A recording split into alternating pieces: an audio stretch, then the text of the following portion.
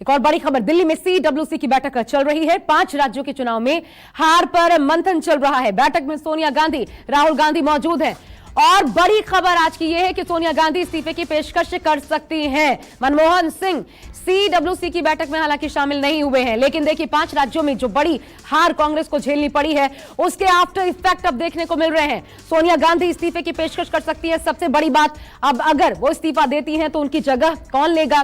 क्या राहुल गांधी होंगे या फिर कोई बिना गांधी परिवार से बाहर का? मैं सीधा रुख करती हूं, रमन कुमार हमारे पॉलिटिकल एडिटर हमारे साथ जुड़ गए हैं। उनका रमन, लगभग 2 घंटे इस बैठक को हो चले हैं। रमन, सोनिया गांधी इस्तीफा देंगी, क्या दे चुकी है, अभी तक क्या जानकारी मिल रही है, और अगर वो छोड़ती हैं पद तो उनकी जगह कौन हो सकता है? देखिए आशा, कुछ ही देर के बाद इसका कंफर्मेशन मिलने वाला है, क्योंकि 2.5 घंटे से लंबी चली इस बैठक खत्म हो गई है। आप देख सकते हैं कि प्रियंका गांधी, राहुल गांधी की गाड़ियां पोर्टिको में लगने लगी है। सोनिया गांधी की गाड़ी पोर्टिको में लग गई है, यानी कि कह सकते हैं कि कांग्रेस वर्किंग कमेटी की बैठक खत्म हो गई है। जिस बैठक को लेकर लगातार कयास लगाया जा रहा था कि इस बैठक में सोनिया गांधी अध्यक्ष पद से, कार्यवाहक अध्यक्ष पद से इस्तीफे की पेशकश कर सकती हैं। प्रियंका गांधी कांग्रेस पार्टी की महासचिव, उत्तर प्रदेश की प्रभारी के पद से इस्तीफे की पेशकश कर सकती हैं। इस बात को लेकर कंफर्मेशन अभी कुछ ही देर के बाद जब रणदीप सुरजेवाला, KC वेणुगोपाल जो कि संगठन के महासचिव हैं, उनकी तरफ से प्रेस कॉन्फ्रेंस होगी तो इस बात का वो जवाब देंगे और पुष्टि करेंगे कि वाकई ऐसा हुआ या नहीं। लेकिन प्रियंका गांधी के इस्तीफे की पेशकश के बारे में ज़्यादा चर्चा चल रही है, क्योंकि उत्तर प्रदेश में कांग्रेस पार्टी का परफॉर्मेंस काफ़ी खराब रहा है और इस बात को लेकर ऐसा कहा जा रहा है कि प्रियंका गांधी खुद भी चाहती हैं कि जो जिम्मेदारी, नैतिक जिम्मेदारी होती है, उस नैतिक जिम्मेदारी के तहत वो इस्तीफा की पेशकश करना चाहती हैं, लेकिन भागना नहीं चाहती, क्योंकि अपने ट्वीट में उन्होंने कहा था कि वो फिर से संघर्ष करेंगी और संघर्ष करके उत्तर प्रदेश में लोकसभा चुनाव में किस तरीके से कांग्रेस पार्टी को मजबूत किया जाए इसको इंश्योर करेंगी। आप देख सकते हैं कि कांग्रेस पार्टी के दफ्तर में चहल पहल काफी बढ़ गई है, क्योंकि अभी सभी लोग जानने को उत्सुक हैं कि 2.5 घंटे तक चली इस बैठक में आखिरकार हुआ क्या।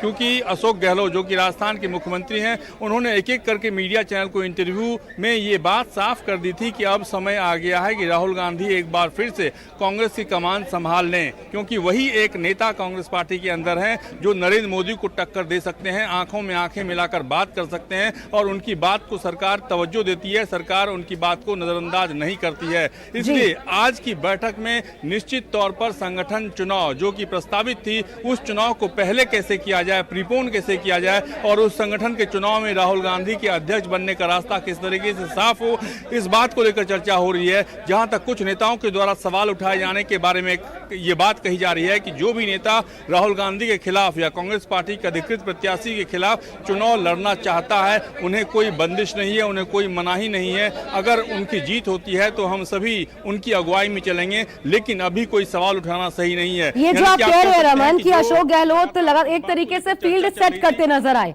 ठीक है, इस बैठक के पहले जमशेदपुर में प्रदेश कांग्रेस कमेटी, वहां पर विश्वास जताया गया कि नहीं हम साथ हैं, वो एक तस्वीर सामने आई। हम सोनिया गांधी, राहुल गांधी और प्रियंका गांधी में विश्वास अभी भी पूरी पार्टी का है, वहां से मैसेज देने की कोशिश की गई। यहां राहुल गांधी के समर्थन में नारेबाजी होती है कि अब राहुल गांधी को कमान संभाल लेनी चाहिए। ये जो प्लॉटिंग, फील्डिंग देखने को मिल रही है, एक्सपेक्टेशंस इससे कितनी करें रमन कि कुछ बदलाव होगा, ऐसा बदलाव जो कांग्रेस को बदले? देखिए, कांग्रेस पार्टी के अंदर अभी भी बड़ा तबका है जो कि चाहता है या जिन्हें ऐसा लगता है कि गांधी परिवार के बिना कांग्रेस पार्टी सरवाइव नहीं कर पाएगी। कुछ नेता ऐसे हैं जिन्हें लग रहा है कि सोनिया गांधी या राहुल गांधी की अगुवाई में कांग्रेस पार्टी ने परफॉर्मेंस अच्छा नहीं किया, 2014 के बाद 2019 के लोकसभा चुनाव में भी परफॉर्मेंस नहीं किया, या उत्तर प्रदेश के 2 विधानसभा चुनाव में भी पार्टी का परफॉर्मेंस काफ़ी खराब रहा। ऐसे में पार्टी को नए नेतृत्व की जरूरत है, संगठन में बदलाव की जरूरत है, लेकिन वो भी कॉन्फिडेंट नहीं है, क्योंकि उन्हीं G23 नेताओं में से कई नेताओं ने आज ऑफ द रिकॉर्ड बात करते हुए कहा कि उनकी जवानी बीत चुकी है कांग्रेस पार्टी में। वो भी चाहते हैं कांग्रेस पार्टी किस तरीके से मजबूत हो। वो सोनिया गांधी के विरोधी नहीं है, वो राहुल गांधी के विरोधी नहीं है, वो प्रियंका गांधी के विरोधी नहीं है। वो बस ये चाहते हैं कि संगठन अच्छे तरीके से काम करें। सोनिया गांधी इससे पहले कांग्रेस अध्यक्ष के तौर पर जिस तरीके से वो काम करती थी, जब 2004 से 2014 के बीच में वो काम कर चुकी थी यूपी अध्यक्ष के तौर पर, जिस तरीके से वो काम करती थी उसी तरीके से वो फैसले लें और उनके फैसले को मानने में कोई कोताही नहीं बरतेगा। लेकिन राहुल गांधी अध्यक्ष ना रहते हुए भी सारा व्यवस्था, सारा कामकाज वही चला रहे हैं। ऐसे में में पार्टी को यह तय करना चाहिए कि राहुल गांधी पर्दे के पीछे से काम करें या पर्दे के सामने बैठकर काम करें।